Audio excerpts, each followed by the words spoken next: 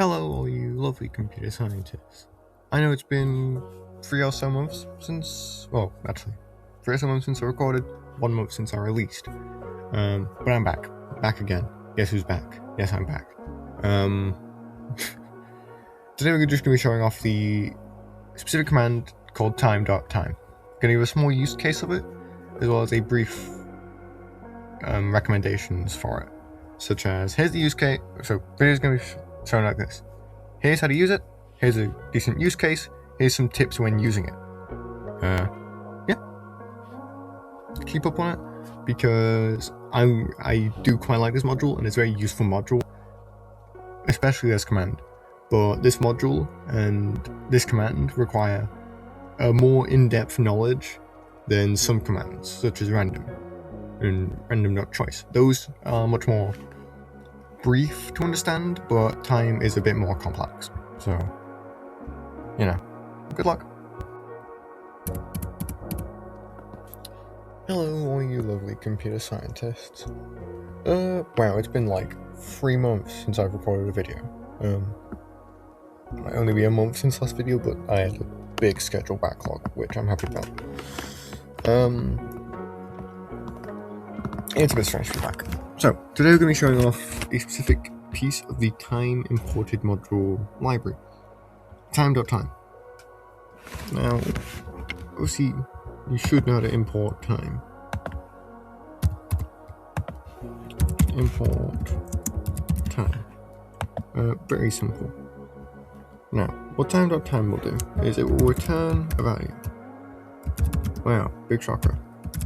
But this value is the seconds since the epoch, which is some long time ago in the past. So if I run this code, just remember that it ends in 1029. If I run it again, 8 seconds later. Now, you might come to the question, why is this useful? Variables and comparison. Now, once I'm going to start properly. One scenario where I found time.time useful is a guessing game, where you have to guess a certain thing within a correct amount of time. So it might be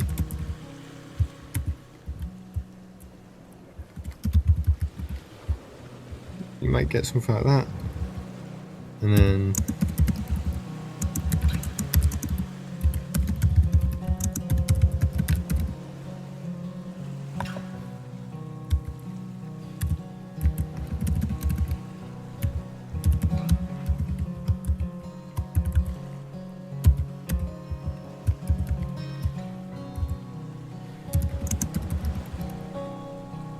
what's yellow's opposite?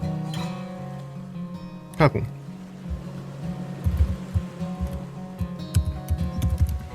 Okay, so you might get a scenario like this,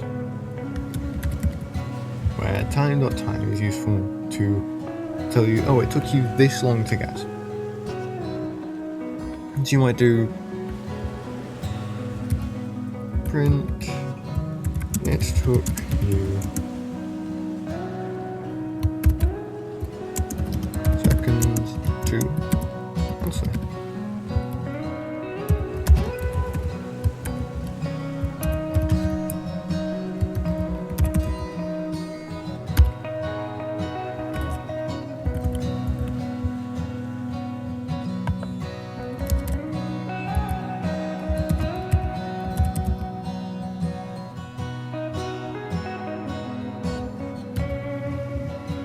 Now, I forgot to get the variable.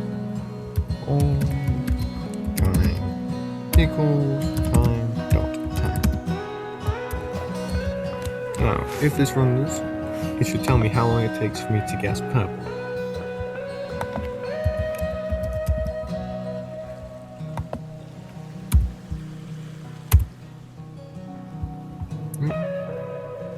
Right, yeah, there's a built-in function.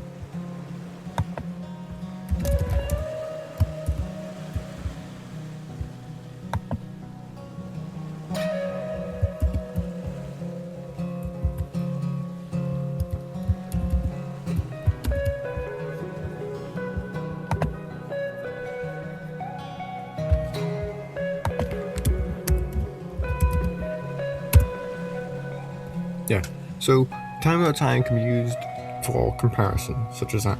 So you might get one instance of time.time and another instance and use that to compare differences. I know I've sometimes used it in turtle things to make this thing last for a certain amount of time, then it will destroy itself. So yeah, it's extremely useful for comparison between itself. Though I will say this, barely ever use it in your program unless you're going to like clean it up. Because it presents it in seconds since the epoch, which is in the millions of billions by now. So clean it. Never just display that number. You see here, I cleaned it a bit by doing both time instances, taking it down to 6, which is a much more readable number by the user. If I want to clean it more, because it's a very long number, maybe I'd cut it off around 3rd decimal point, 2nd decimal point kind of thing. But that's up to you. Yeah, time.time returns seconds since the epoch, which is really goddamn high. Really goddamn high. Luckily, time is a built-in library, so you don't need to use pip. You can just import it, and time.time is a very simple module to use because it cleans itself up for your actual coding very easily. Yeah, that's about it. Have a good rest of your day. I do hope you learned a little bit of something. Please like, comment, and subscribe. God, it's weird saying that. It's been like a month, 3 months. But yeah, catch you in the next. Thank you very much for watching the video. I do apologize if I sound a bit congested. I have a cold. Literally, I'm holding Lemsip in my hand right now. Probably didn't hear that, but I just flicked the glass. It's a metal cup, not a glass. Don't put boiling water in glass. It can damage it and it can shatter. That's not the point. I do hope you learned something. If you did, please like, comment, and subscribe, as it helps me a ton, and it helps me create better videos to help everybody learn. If you got a specific request or like a specific command that you want explaining, I will make a new video on that command, or link you to a video I've already done on that command. Yeah, thank you very much. I will catch you in the next one. Happy coding.